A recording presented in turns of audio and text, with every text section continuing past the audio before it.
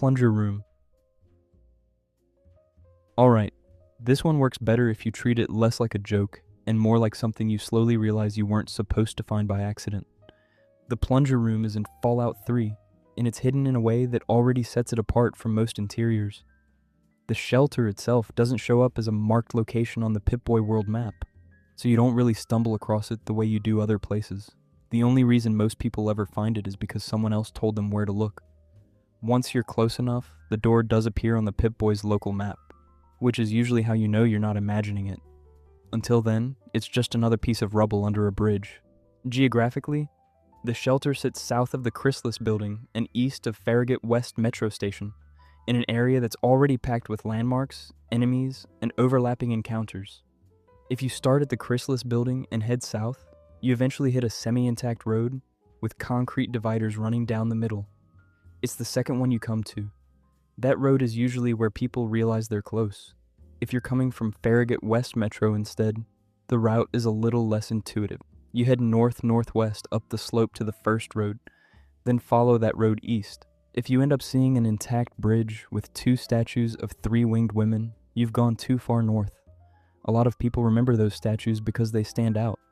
And if you have followers with you, it's generally safer to backtrack west and take the next road to the south instead. There's also a blue and yellow truck sitting in the eastbound lanes near the bridge, with 3 ammunition boxes nearby. That truck tends to become a reference point because it's close to the shelter entrance. The door itself is under the north side of the bridge, just past that truck.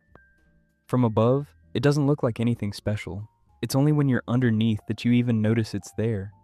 The area around the entrance isn't quiet either. There's a small, fortified, super mutant camp nearby with a burning pile of tires, which you can usually see from the road, if you've progressed far enough in the main story.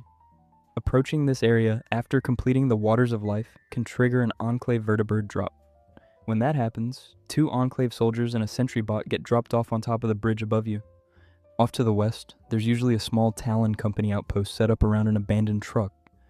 It's often just one Talon Company merc with a level-dependent robot escort. To the east, there's another super mutant camp. So before you ever go inside, the shelter is already sitting in the middle of a pretty busy stretch of wasteland.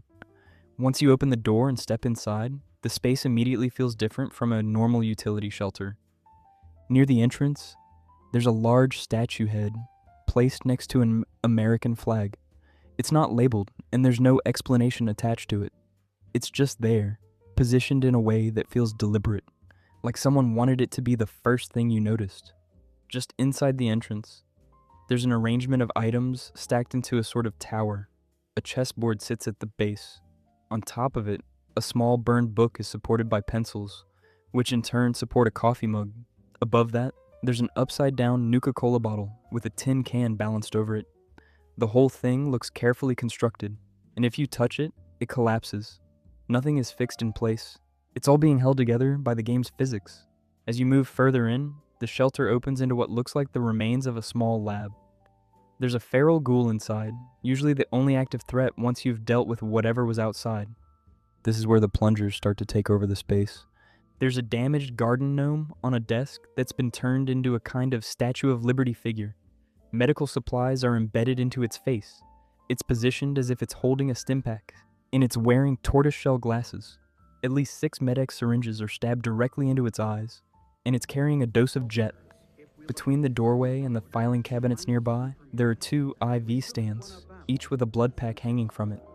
They aren't shoved into a corner. They're placed where you notice them as you move through the room. Then you see the plungers. They start on the floor and continue up the wall, then onto part of the ceiling. Alongside them are bloody handprints, which makes it look like someone was using the plungers as a way to climb. Under the last plunger on the ceiling, there's a skeleton lying on the floor, positioned directly below it, as if that's where the attempt ended. There are around 50 plungers in the room altogether. One of them is attached to the ceiling in a way that looks slightly off. If you shoot it, it falls in a strange way, appearing to fall upward onto the ceiling.